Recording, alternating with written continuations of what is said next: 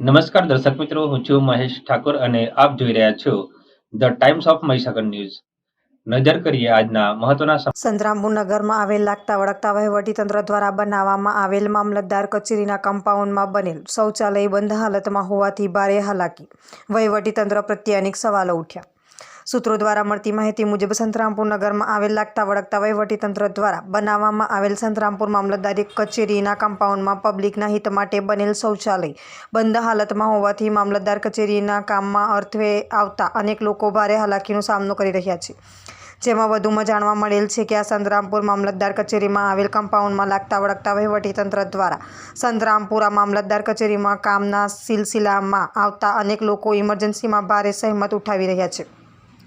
કારણ કે આ શૌચાલય પબ્લિકના હિત માટે લાગતા વળગતા વહીવટીતંત્ર દ્વારા બનાવવામાં આવેલ છે, પરંતુ આ શૌચાલય લાંબા સમયથી ખંડેર હાલતમાં છે અને ગંદકીથી ભયભીત પણ ફેલાઈ રહેલ છે અને રોગચાળો પણ ફેલાઈ રહેલ છે. આ બનાવેલ શૌચાલયમાં પૂરતી પાણીની સુવિધાઓ પણ લાગતા વળગતા વહીવટીતંત્ર દ્વારા કરવામાં આવેલ નથી અને તંત્ર દ્વારા કોઈ પણ પ્રકારનું ધ્યાન રાખવામાં આવતું નથી. તો તેનું શું કારણ હશે? તેવા અનેક સવાલો જાગૃત નાગરિકોમાં સંતરામપુર પંથકમાં લોકચર્ચાનો વિષય પંથકમાં બનવા પામેલ છે.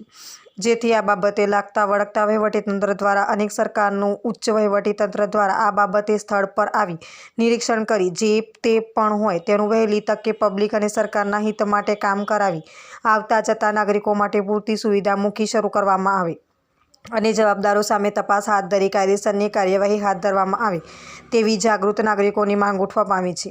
જેથી જોવાનું એ રહ્યું કે લાગતા વળગતા વહીવટીતંત્ર દ્વારા આ બાબતે રસ ધરાવશે કે નહીં, કે પછી હોતા હે ચલતા હે તેવી આપનીતિ અપનાવશે તે જોવાનું રહ્યું. જુઓ આગલા અંકમાં. આપના વિસ્તારના પડે સમાચાર જોવા માટે અમારી channel the Times of Mahisagar ન્યૂઝને લાઇક, શેર અને સબસ્ક્રાઇબ કરો.